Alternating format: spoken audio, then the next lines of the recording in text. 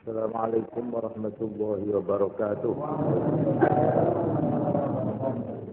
Bismillahirrahmanirrahim. Alhamdulillahirabbil alamin. Wassalatu wassalamu ala asyrafil mursalin sayyidina Muhammad wa ala alihi wa sahbihi ajma'in. Amma ba'du.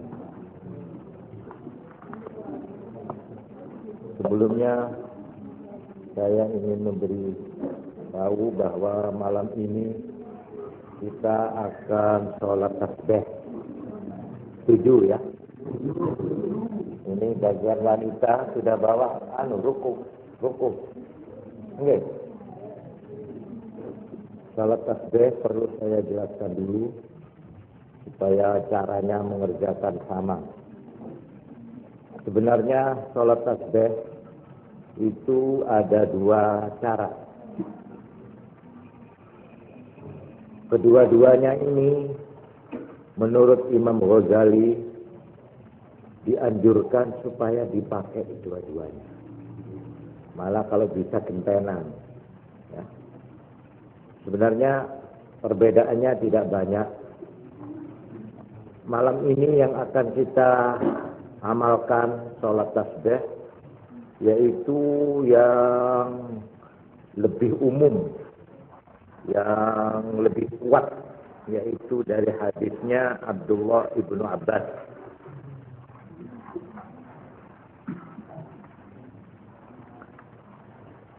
Caranya yaitu pertama niatnya niat sholat tasbih. Jadi nawaitu usolli sholatat tasbih. Sholatat tasbih rakaataini. Ya, kalau makmuman ya makmuman lillahi ta'ala. Sesudah takbiratul ihram lalu baca Fatihah. Sesudah baca Fatihah terus baca surat. Ini semuanya baca sendiri-sendiri aja ya. Yaitu surat Al-Hakumut Takatsur. Lah nek mboten apal ya napa? Nek mboten apal nggih kenek kuliah ayyul kafirun, nggih. Pokok sembayang napa mawon nek pancen gak iso wis kuliah ayyuhal kafirun, terus rakaat nomor 2 kulhu. Niku nek mboten apal, sampeyan apal. Rakaat pertama sesudah Fatihah baca Al-Hakumut Takatsur ya. Rakaat kedua baca Wal Asri. Sudah jelas ini ya. Nah, ya. Nanti kalau sudah dapat 2 rakaat salam, assalamualaikum, assalamualaikum. Tapi salat tasbih ini 4 rakaat ya. Tapi yaitu salam dulu 2 rakaat, berdiri lagi, mulai lagi salat tasbih ya, rakaataini lagi. Suratnya lain sudah. Yang dibaca Qul ya ayyuhal kafirun. Lalu yang penghabisan nanti baca Qul. Sudah jelas ini ya? Jadi urutannya surat pertama Al-Hakumut Takatsur hatta zurtumul maqabir. Ini rakaat yang pertama. Rakaat kedua membaca Wal Asri innal insana lafi khusrin illal ladzina amanu, seterusnya. Itu yang kedua. Lalu sudah salam bersembahyang lagi. Nah, rakaat yang ketiga, jadi yang pertama tapi yang ketiga baca Qul ya ayyuhal kafirun. Sudah itu baca Qul. Rakaat terakhir itu. Caranya sama dengan sembahyang biasa, cuma ada tambahan baca ini. Subhanallah, alhamdulillah, wa la ilaha illallah, wallahu akbar. Ya. Jadi sembahyang biasa cuma ditambahi itu, gitu. Yaitu waktu berdiri ini, Allahu akbar, terus baca Fatihah langsung, ya. Habis Fatihah terus Al-Hakumut Takatsur, Terus baca subhanallah, alhamdulillah, la ilaha illallah, wallahu akbar 15 kali. Jadi waktu berdiri 15 kali. Ya dibaca sendiri-sendiri, pelan-pelan aja, cepat bisa. Subhanallah, alhamdulillah, la ilaha illallah, wallahu akbar, subhanallah, alhamdulillah, la ilaha illallah, wallahu akbar. Ya, 15 kali. Sudah itu rukuk. Sudah 15 kali ya, baca itu rukuk. Rukuknya ya biasa, subhana rabbiyal azimi wa bihamdi 3 kali ya. Sesudah selesai baca itu lagi subhanallah alhamdulillah la ilaha illallah wallahu akbar 10. Nah, ini tok. Jadi yang 15 itu waktu berdiri tok. Sudah jelas ya? Nah, kalau rukuk habis baca subhana rabbiyal azim wa bihamdi, subhana rabbiyal azim wa bihamdi, subhana rabbiyal azim wa bihamdi. Terus subhanallah alhamdulillah wa la ilaha illallah wallahu akbar 10. Nanti iktidal ya, karena Allah liman hamidah wa lakal hamdu. Terusnya ba'du terus subhanallah alhamdulillah la ilaha illallah wallahu akbar 10 kali. Ya begitu terus. Sudah. Terus rukuk, sujud. Ya, sujud yang baca subhana rabbiyal a'la wa bihamdi biasa 3 kali. Tapi sudah itu lalu disambung ini tadi. Subhanallah, alhamdulillah, la ilaha illallah, wallahu akbar 10 kali. Nah ini semuanya masing-masing baca. Jadi biar neng-nengnya itu benar neng nganggur. Kalau neng nganggur lesok. Betul, babanya imamnya yang baca, kita dikementok. Kalau gitu. Tapi kalau kita baca, kita sama aja terus ya. Alhamdulillah. Insya Allah tidak bahaya kalau baca semua ya. Nah, sudah sujud, duduk. Duduk itu apa? Duduk Rabbi Firli itu loh, ya. Duduk antara 2 sujud. Ya biasa, Rabbi Firli, warhamni itu, iya. Sudah selesai, baca itu lagi. Subhanallah, alhamdulillah, wa la ilaha illallah, wallahu akbar 10. Iya. Cuma kita ilakone baca budak itu saudara aja ada niat riyadhah ini ya. Tapi kalau diniatin insyaallah ada. Orang tidak makan 1 hari bisa, kenapa? Mereka niat apa? Niat tak ngagak, ada sare. Ya tak apa-apa. Coba dipikir-pikir, sare tak makan, aduh, mari tuhur itu kapelkan, aduh. Tapi mulai lakone tidak apa-apa sudah. Pokok tergantung niat karena sudah ya. Kalau sudah itu sujud lagi, ya sujud yang kedua. Nah ini yang penting habis ini. Sudah sujud lagi biasa subhana rabbiyal a'la wa bihamdi 3 kali, terus baca itu 10 kali, ya. Lah mau berdiri ini duduk. Coba terus duduk istirahat. Duduk istirahat ini tidak usah baca apa-apa, cuma subhanallah, alhamdulillah, la ilaha illallah, wallahu akbar 10. Sudah, mari sudah. Coba hitung itu ya. Berdiri 15 kali subhanallah ya, tasbihnya itu. Iya. 15. Pas aruku 10, segome. Iya. Terus iktidal 10, berapa? 35. Terus sujud 10. 45, duduk 10, 55, sujud lagi berapa? 65.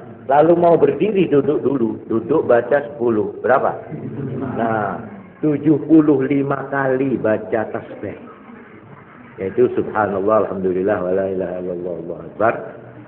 75 dikalikan 4 rakaat berapa? Nah, itu.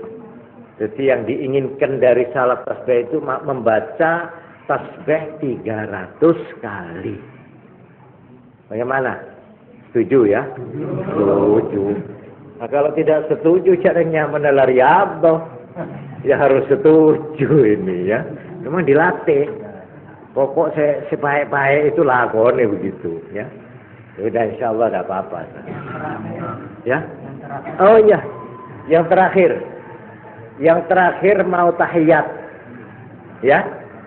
Mau tahiyat itu duduk mau tahiyat, rungokno lho iki sing wedok nggih. Badhe tahiyat baca dulu subhanallah alhamdulillah wala ilaha illallah wa akbar 10. Sesudah 10 pakai pergem at-tahiyyatul mubarakatus shalawatut thayyibatillah. Ya, Pak sudah ngerti nih ya.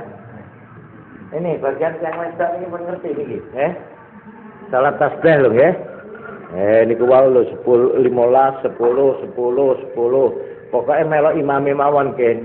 Nek suwi oh iku maca subhanallah ngono ae wis. Tak kira ketondo ten. Artinya kalau imamnya diem lama itu tandanya baca subhanallah alhamdulillah wala ilaha illallah Allahu akbar. Selainnya berdiri 10 10 10 10 10 10 10. Yang penting diingat ini ya, mau berdiri ke rakaat nomor loro, leren dhisik lungguh, maca niku 10. Lalu yang kedua yang perlu diingat, nek badhe tahiyat, sebelum tahiyat baca itu dulu 10, sudah itu at-tahiyyatul. Jadi tangannya ini tidak mergem dulu. Oke, neng dulu seneka. Baca 10 kali kalau sudah at-tahiyyatul seneka. Sudah jelas ya? Ya sudah, ini adalah cara yang pertama yang diriwayatkan lewat hadisnya sahabat Abdullah ibnu Abbas radhiyallahu anhuma yang akan kita kerjakan malam ini. Sudah jelas ini ya? Nah, ini satu. Sekarang saya untuk mengisi pengajian sebenarnya ini akan saya bagi.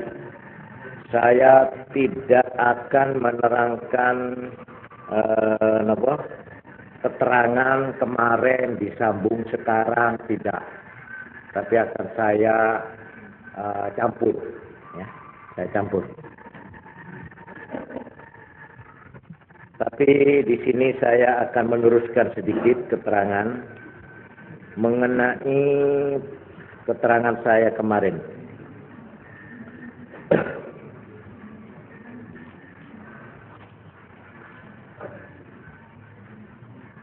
Di dalam ajaran tasawuf yang paling menonjol, yang paling kelihatan atau yang menjadi syarat mutlak itu dua. Pertama yang disebut zuhud. Yang kedua yang disebut fakir, iftikar, fakir.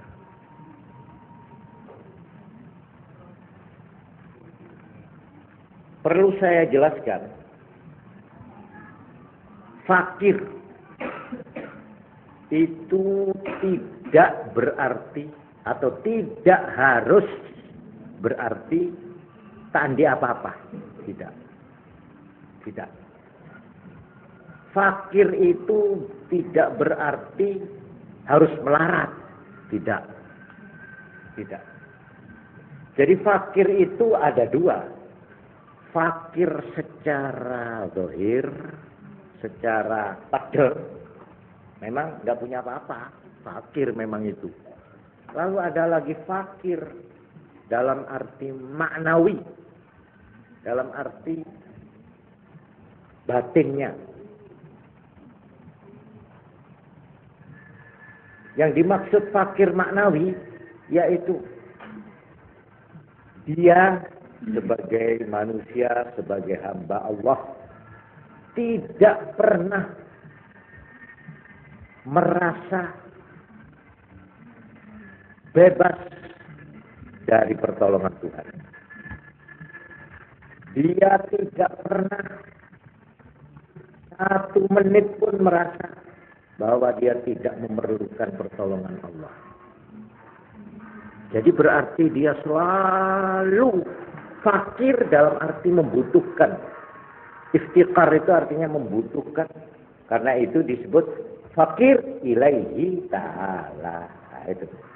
Fakir artinya membutuhkan pertolongan Membutuhkan ilaihi ta'ala kepada Allah ta'ala. Bukan fakir dalam arti membutuhkan uang. Tidak. Tidak, bukan itu. Perasaan saya ini tidak bisa apa-apa kalau tidak mendapat pertolongan Allah. Ini harus ditanam dulu.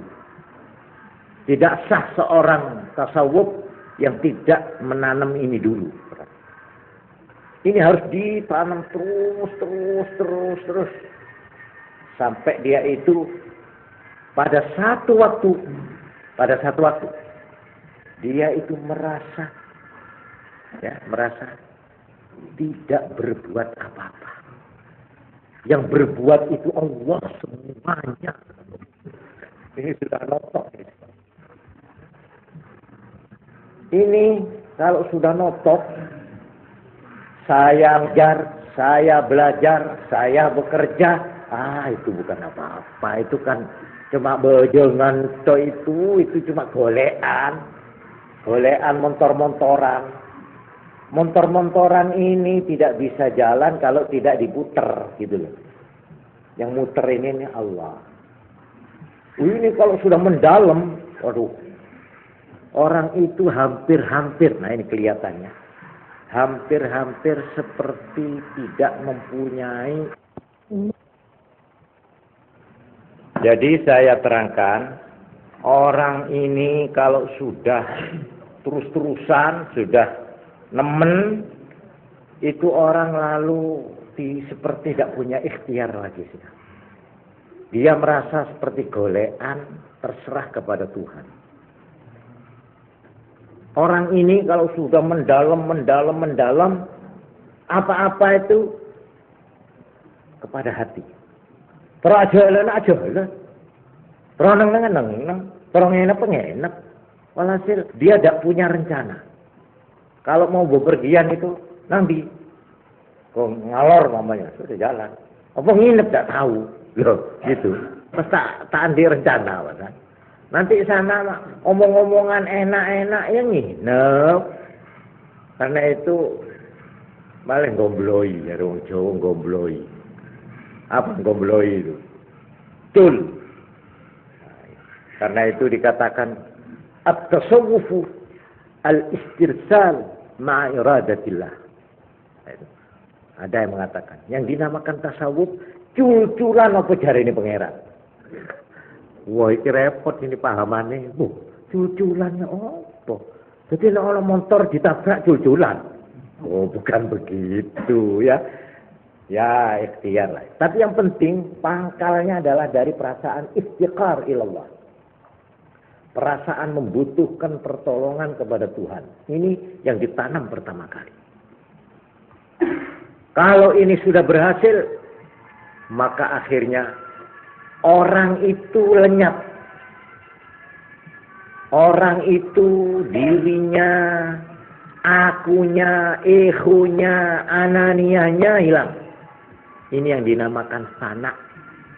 Fana itu tidak kelihatan dia sudah. Kalau dia umpamanya sembahyang, dia tidak melihat Ahmad sembahyang, Ahmad Zain sembahyang, tidak ada sudah. Lafal saya sembahyang hilang. Barangkali ini di dalam surat Fatihah, apa sebabnya kok tidak disebut iyyaka a'budu wa iyyaka asta'in? Pakai aku. Hanya kepada engkau a'budu, aku menyembah. Wa iyyaka, dan hanya kepada engkau asta'in, aku minta tolong. Ini sebabnya apa? Jadi aku di situ tidak ada sudah. Tapi yang ada na'budu, nasta'in. Nah, itu arti kita. Jadi ya Allah, kami semua.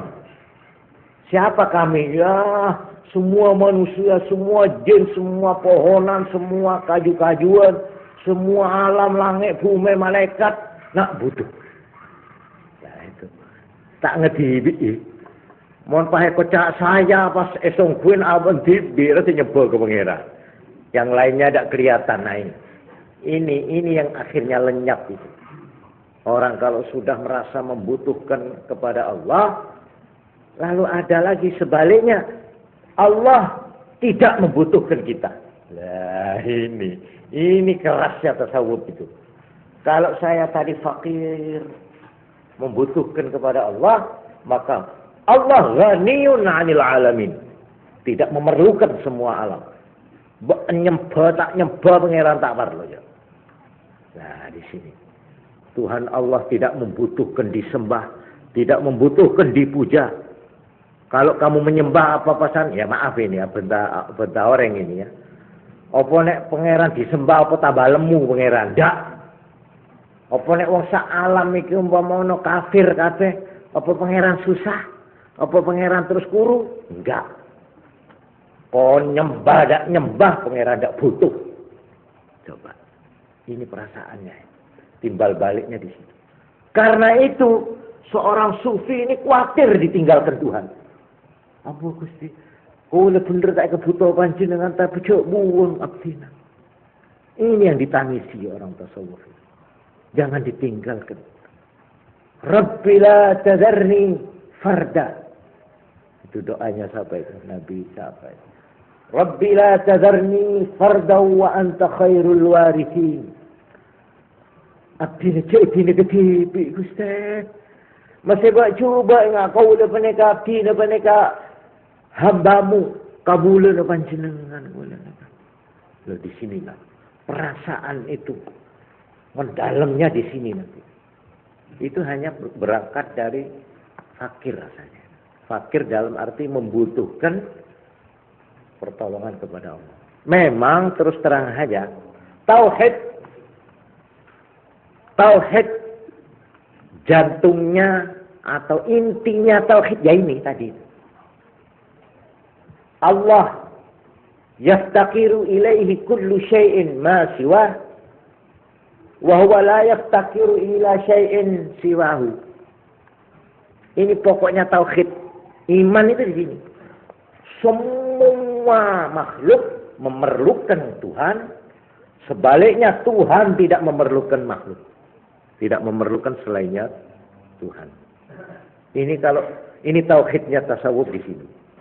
Ini mulai pedolem, ya sudah. Caranya memperdalam lah, ini caranya banyak. Antara lain, ya ini kemarin sudah saya terangkan. Qillatul kalam. Omong tidak terlalu banyak, secukupnya saja. Al-hajatu minal kalam. Bicara seperlunya. Sebab ini maaf ya. Orang itu kalau terlalu banyak bicara. Itu pertama dia tidak mengenal waktu. Tidak cukup 1 jam, 1 hari, 1 bulan. Kalau orang sudah mau bicara. Dekik mau tada saya kecacaan nyari. Tahu nih sampai akhirnya sembarang diomong nih lalu. Karena sudah habis, yang diomongkan sudah habis ya. Pas tumo ya dibicarakan. Inten berlian. Saya tak nolak Andi itu lalu dibicarakan. Malah kadang-kadang tukang rumput membicarakan presiden. Presiden Pak Harto itu apa mau bicara jadi.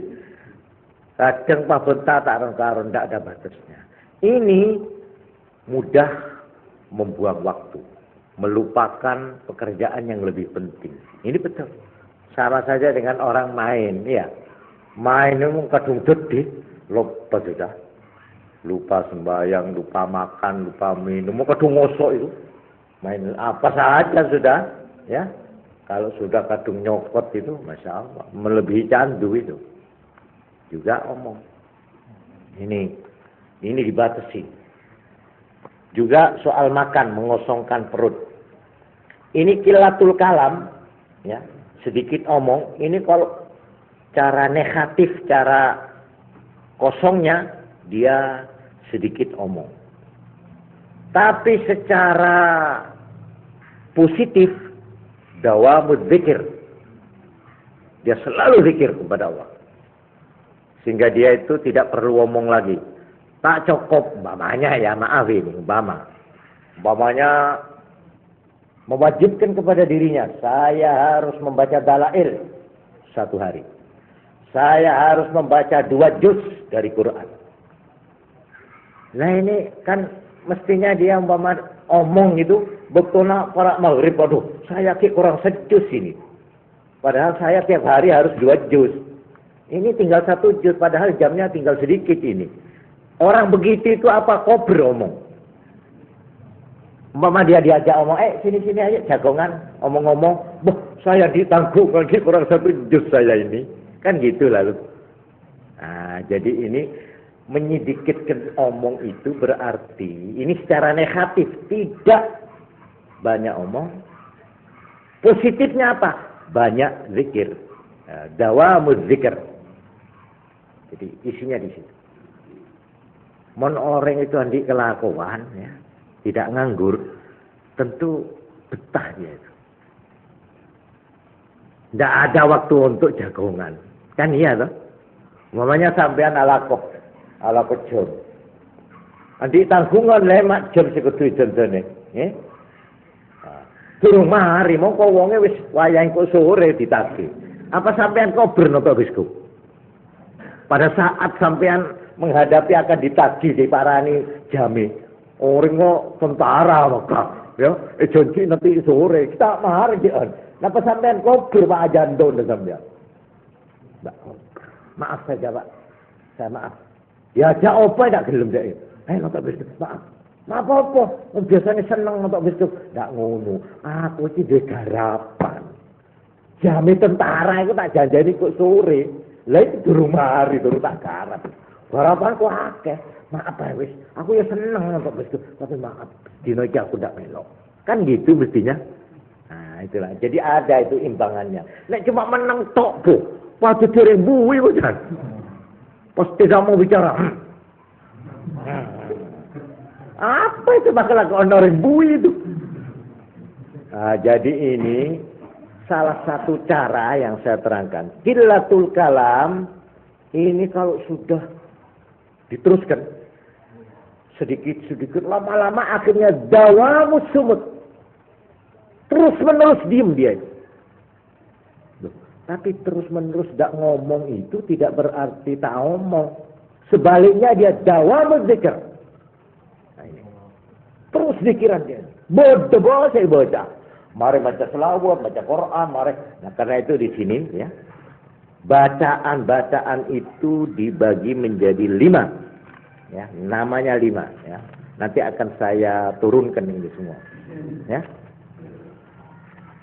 Nomor 1, coba ini ya. Ini pekerjaannya orang yang disebut diem itu. Nomor 1, doa. Baca doa. Nomor 2, zikir. Namanya. Nomor 3, qiraah atau tilawah. Baca Quran. Nomor 4, fikir atau tafakkur. Ini istilah tasawuf. Doa, ad-du'a, az-zikr, al-qira'ah, al-fikr. Terus yang kelima, as-shalah. 5 ini pekerjaannya. Jadi mun bodhe kocak orang neng dari orang yang tasawuf, itu artinya dia setengah mengerjakan salah satu 5 ini. Entah doa, entah zikir, entah qiraah, entah fikir, tafakkur, entah sholat. Salah satu 5 itu. Jadi menengah itu bener-bener ngelamun, bukan. Paneng ngelamun. Itu orang dari selodor itu namanya. Orang bedumeng itu. Mempaneng begini. Enggak lengan, bagel. Wah, itu orang senting itu namanya. Ya. Jadi jangan dikira qillatul kalam ini kalau diteruskan berarti dawamus sukut. Terus menerus diam. Berarti positifnya dawamuz zikir. Zikir ini ada 2. Ya. Ada zikir bil lafzi dengan lafal. Ada zikir bil qalbi, dengan hati. Nah ini.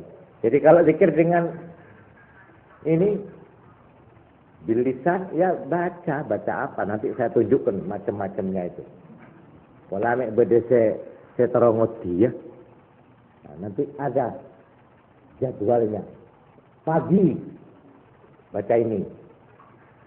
Kalau habis subuh tidak boleh salat. Yang boleh hanya doa, zikir, qiraah, zikir. Nah, nanti apa saja yang dibaca ini. Mari saya turunkan nanti kalau barangkali nah pola mek bede sengot dia. Tidak apa-apa, itu memang harus dilatih. Tidak apa-apa, tidak banyak kok itu. Biar tahu macamnya. Sekarang yang kedua, ini semua adalah sarana suatu usaha untuk menanam pendidikan tasawuf secara sak kenyang-kenyangnya, sak enak-enaknya. Itu namanya qillatut ta'am. Ini macamnya kelas banyak. Macamnya kelas. Ada yang memberi ukuran batas seperti orang diet. Orang diet itu kalau orang dapat kencing manis ya dari dokter, itu diukur. Kamu kalau makan nasi cuma segini. Kan iya dah? Yang pernah mengalami begitu. Tak kena yang lebih dari ini. Ada itu namanya diet. Minumnya dibatasi, macam-macamnya. Karena itu saya boleh menyalin. Sarana tasawuf yang kedua adalah diet. Nah gitu, ini cara kotaan ini. Cara santrean qillatut ta'am. Sekone abateseh. Malah ada yang mutih. Ada itu. Jadi tidak sama ukurannya itu, ya. Melihat orangnya itu. Malah ada yang sudah kebacut. Dia berarti sudah tidak makan minum lagi. Negatifnya, positifnya apa? Dawamus shaum. Terus menerus dia tidak pernah tidak puasa. Jadi bukan saja membatasi diet, tapi terus puasa. Karena itu puasanya menurut Kanjeng Nabi Muhammad SAW itu macam-macam. Ada puasa yang disebut shaumud dahr. Puasa sepenuh tahun, seluruh tahun, sebenarnya apa seterus, tidak pernah berhenti. Ada itu. Ada lagi yang dinamakan Saumu Nabi Daud. Itu dari Kanjeng Nabi juga, yaitu satu hari puasa, besok pagi tidak puasa, besok lagi seling-seling gitu loh. Puasa, tidak puasa, puasa, tidak puasa. Terus itu begitu. Sepanjang tahun. Berarti satu tahun dia hanya makan setengah tahun, puasa setengah tahun. Itu artinya. Kalau tadi Somudar 100% seluruh tahun puasa. Kalau yang satu hari puasa, satu hari tidak puasa, berarti cuma setengah tahun. Ada lagi, ini menurut Kanjeng Nabi juga, puasa 3 hari setiap minggu. Yaitu Senin, Kamis, Jumat. 3 hari. Senin, Kamis, Jumat. Sunat. Jadi per minggon itu. Ada yang begitu. Ada lagi yang cuma 2. Senin, Kamis, tok. Nah, ini yang kedua berarti qillatut ta'am, sedikit atau membatasi. Tapi apa harus seorang tasawuf itu begitu? Tidak. Nanti akan saya uraikan. Tapi yang penting prinsipnya membatasi. Ini namanya membatasi dengan sengaja. Bukan otomatis, memang disengaja. Sengaja. Omong dibatasi dengan sengaja. Tapi ada yang terus kebacut. Yang enggak ngomong terus, tapi berarti kalau enggak ngomong terus berarti apa? Dawamud zikir. Nah, zikir itu ada yang khofi. Khofi itu biar dia acak-acak kasih hati terus. Allah, Allah, Allah, Allah, Allah, Allah, Allah, Allah, Allah. Terus malah dihitung menurut anu. Ya apa itu? Oh, jauh itu. Ya apa ini? Ini berapa kali mengeluarkan nafas, berapa kali memasukkan, sebanyak itu dia berzikir kepada Allah. Nah, itu namanya zikir khafi. Ini biasanya yang mengamalkan begini ini dari jamaah tarekat Naqsyabandi. Ini yang banyak mengerjakan zikir khafi. Ini yang kedua. Lalu yang ketiga, qillatul manam, membatasi tidur. Tidur. Nah ini Imam Ghazali sendiri menerangkan sedikitnya. Pada umumnya orang tidur itu sehari semalam 8 jam. Paling apa ya? Bukan paling sedikit, paling ya bukan paling banyak apa ya? Ya sudahlah, 8 jam itu umumnya gitu. Itu 8. Ini angka 8 jam itu dipindah-pindah. Jadi orang yang mengerjakan ini kadang-kadang dipindah sebelum zawal atau sesudah zawal. Nah, ini yang dinamakan qailulah. Qailulah. Tidur siang. Sebab qillatul manam ini berarti ini negatifnya tidak tidur. Pahala apa Pak? Artinya qiyamul lail, menghidupkan malam. Artinya dia pada waktu-waktu malam memanfaatkan dengan menggunakan waktu-waktu yang mustajab. Nah, nanti akan kita tunjukkan mana menurut sabda-sabda Nabi sendiri saat-saat yang mustajab itu. Nah, ini yang direbut itu. Yang direbut. Umpamanya ini sebagai contoh ya. Sebelum matahari terbit, antara fajar dan matahari terbit, ini yang direbut. Antara lagi antara kemerah-merahan matahari dengan maghrib, ini direbut. Juga antara maghrib dan isya disambung. Dan tengah malam.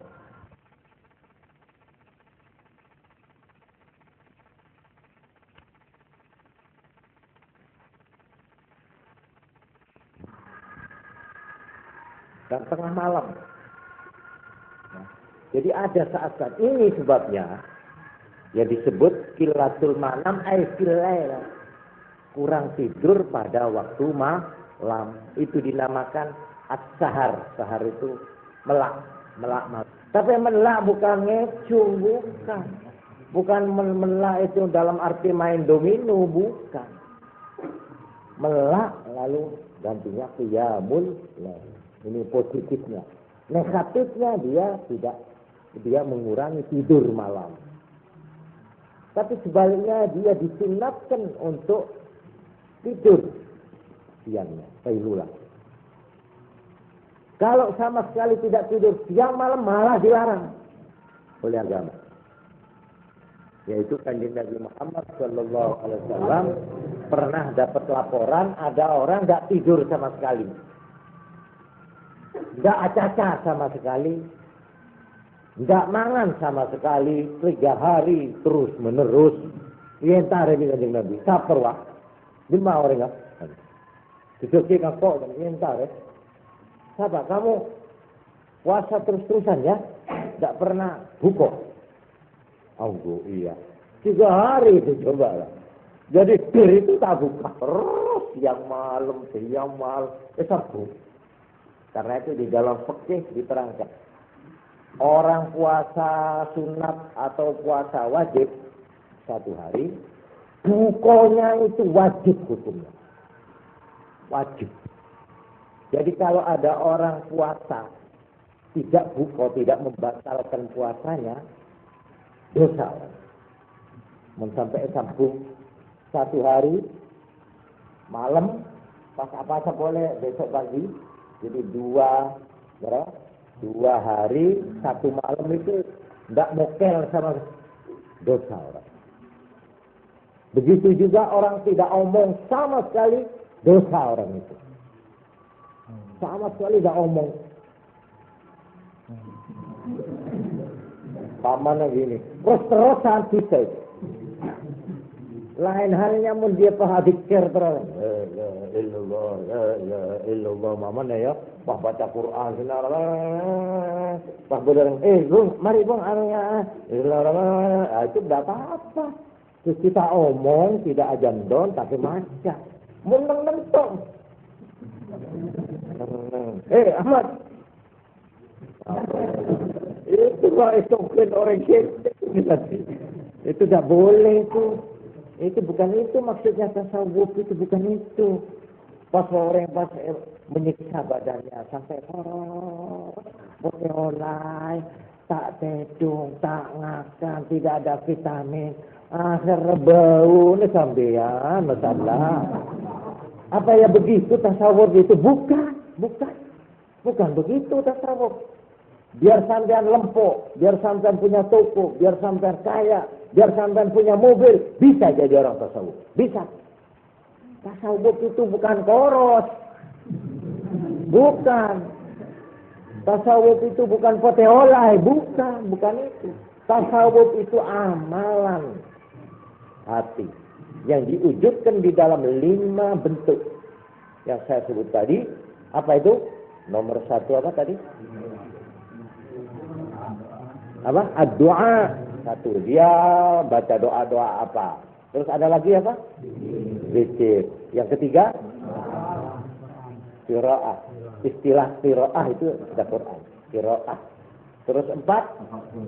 Tafakkur atau fikir. Ya. Terus 5? Sholat. Kalau dia sibuk ini, saya itu. Memang itu sarananya itu. Sekarang yang keempat, penghabisan. Jadi ini tadi ada pengertian negatif nikah. Negatif itu kosong. Ta'ajarca itu kosong. Positif artinya berisi apa? Wikir. Nah, kan gitu. Tak tedung itu negatif. Positifnya apa? Dia mulai menghidupkan malam. Terus tadi apa lagi? Qillatul kalam. Apa ya? Qillatul ta'am. Mengurangi makan atau tidak makan. Itu negatif. Positifnya apa? Dawamus shaum. Dia puasa terus. Nah, itu. Sekarang yang keempat. Nah, di sini ada 2 pendapat. Saya mengutip dari kitab yang sama, Ihya dan Awarithul Ma'arif. Yang keempat ini sarana tasawuf, uzlah, i'tizal 'anil nas. Dia memencilkan atau menjauhkan dirinya dari manusia, dari pergaulan biasa. Artinya mengurangi campur dengan manusia, dengan masyarakat. Ini 1. Yang kedua, ini dari Imam Suhrawardi. Ihtimalul adha min jami'in nas. Bergaul dengan manusia, tapi dengan syarat ihtimalul adha. Dia sanggup menanggung penderitaan atau gangguan dari siapapun. Dia tidak boleh marah, tidak boleh grundel, tidak boleh hasut, tidak boleh bergaulah kamu kalau begitu. Ayah acam hobi orang lain. Tapi korban kuat. Ihtimalul adha itu kuat menanggung. Dia itu tidak mempan. Dia digelandang orang, tidak bisa dipengaruhi orang, diajak-ajak ke sana kemari, teguh. Dia diilok-ilok kuat dia menahan. Tak ngamuk. Nah kalau ngamuk terus berupa ngamuk dia itu nanti. Nah, karena itu ada 2 pendapat. I'tizal bagi orang yang lemah. Mengurangi pergaulan. Kalau saya kira-kira tidak kuat menghadapi teman-teman saya sendiri, entah karena malu, entah apa, lebih baik saya tidak ikut di situ. menjauhkan diri. Tapi kalau saya sudah kuat, masuk di situ. Ayo, saya tidak akan menjadi subjek, tapi tidak menjadi objek, tapi akan menjadi subjek. Saya tidak menjadi maf'ul bih, tapi saya akan jadi fa'il. Nah, kalau begitu ayo, masuk ke masyarakat. Saya akan mempengaruhi orang, bukan saya yang dipengaruhi. Saya akan memimpin, bukan saya yang dipimpin. Saya akan mengajak orang, amar ma'ruf nahi mungkar, bukan saya yang hanyut kena pengaruhnya arus masa dan zaman. Nah, di sini pengertian tasawuf itu di sini. Karena itu uzlah tidak uzlah ini lalu dipecah menjadi dua. Uzlah dalam arti fisik, dalam arti zahir, mencil, ya mencil, neng di dalam kamar, gak keluar-keluar, itu uzlah dengan zahir. Tapi ada uzlah seperti uzlahnya Kanjeng Nabi Muhammad sallallahu alaihi wasallam. Bagaimana Kanjeng Nabi? Kanjeng Nabi itu jasmaninya berkumpul dengan orang, tapi rohnya berkumpul dengan Allah. Ini. Jadi biarpun Kanjeng Nabi itu masuk pasar, memang Kanjeng Nabi sering masuk pasar. Ikut perang, kumpul, kebetuk Abu Jahal, kebetuk musuh. Siapa saja dia ketemu Kanjeng Nabi. Tapi hatinya Kanjeng Nabi itu tidak di situ. Dia cuma jasmaninya saja norok di situ, duduk. Tapi rohnya, basirahnya, hatinya itu tetap dia itu bersama Allah. Itu namanya uzlah maknawi. Kalau kamu khalitin nas wa bayyinhum wa khalifhum, ya. Khalitin nas wa khalifhum. Pergaulilah manusia, tapi berbedalah kamu dengan mereka. Nah, kalau sanggup begitu boleh.